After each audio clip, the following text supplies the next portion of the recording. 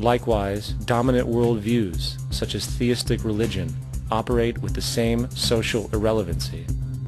Islam, Christianity, Judaism, Hinduism, and all of the others exist as barriers to personal and social growth, for each group perpetuates a closed worldview, and this finite understanding that they acknowledge is simply not possible in an emergent universe.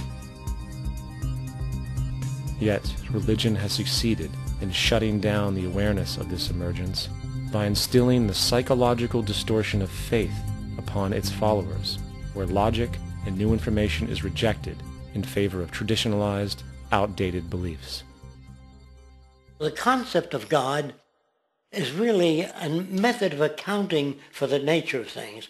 In the early days, people didn't know enough about how things formed, how nature worked, so they invented their own little stories.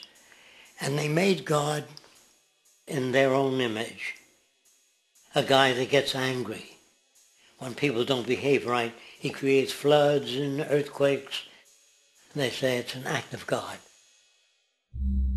A cursory glance at the suppressed history of religion reveals that even the foundational myths themselves are emergent culminations, developed through influence over time. For example, a cardinal doctrine of the Christian faith is the death and resurrection of Christ.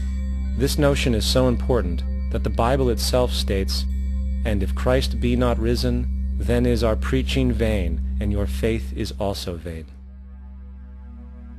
Yet it is very difficult to take this account literally, for not only is there no primary source denoting this supernatural event in secular history, awareness of the enormous number of pre-Christian saviors who also died and were resurrected immediately puts the story in mythological territory by association.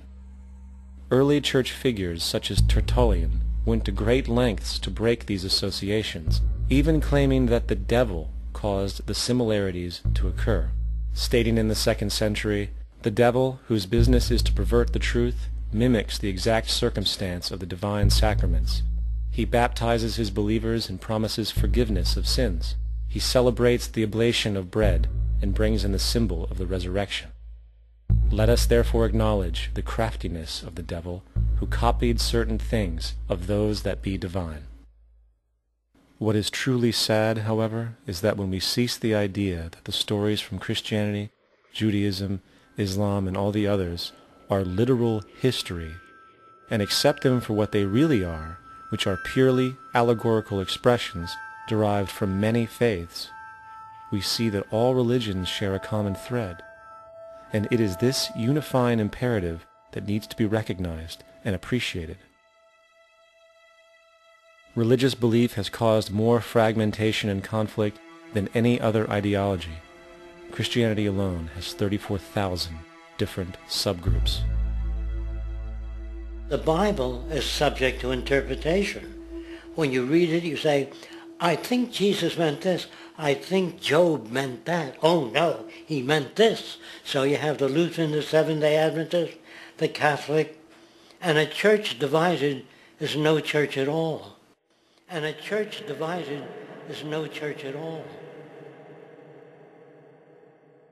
And this point on division, which is a trademark of all theistic religions, brings us to our second failure of awareness, the false assumption of separation through the rejection of the symbiotic relationship of life.